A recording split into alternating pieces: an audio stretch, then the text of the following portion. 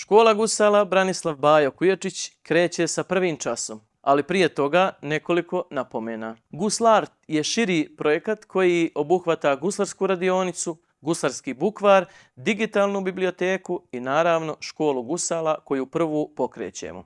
Tu sam da vam pomognem i prenesem znanje koje sam stekao od svog učitelja. I zapamtite, ovo nije mjesto gdje ćete preko noći naučiti da guslate.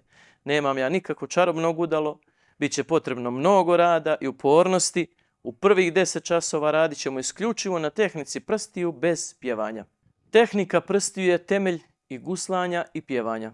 Bez sigurne ruke i uvježbanih poteza nećete moći pravilno ispratiti pjevanje. Kada ste sigurni u prste i kada potezi postanu precizni i prirodni, tada ćete pjevanje lakše savladati. Ovo je prvi ton koji treba da savladate.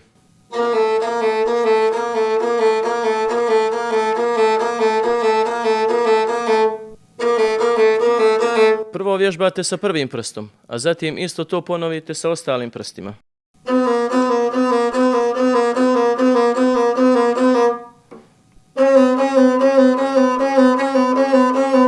Još jednom, ali polako. Naslonite prst na strunu, stavite gudalo na strunu i krenete. Pustite. To je pojednostavljeno. I usporeno.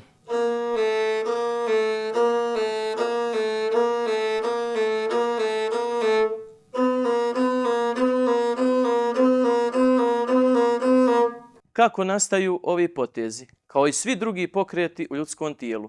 Ne ulazeći u previše detalja, postoji dio mozga koji donosi odluku da se pokret izvrši. Dio koji ga planira i koordinira. Nakon toga signal iz mozga putuje kroz kičmenu moždinu i preko nerava stiže do mišića. Mišići tada izvode pokret, a senzorni receptori u njima šalju informaciju nazad u mozak o tačnosti, preciznosti i pravilnosti izvedenog poteza. Zašto je važno vježbanje i stalno ponavljanje?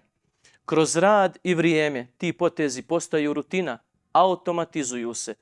Tada više ne razmišljate o svakom pokretu, već ih izvodite sigurno i prirodno. To je trenutak kada stičete pravu kontrolu i samopouzdanje u guslanju.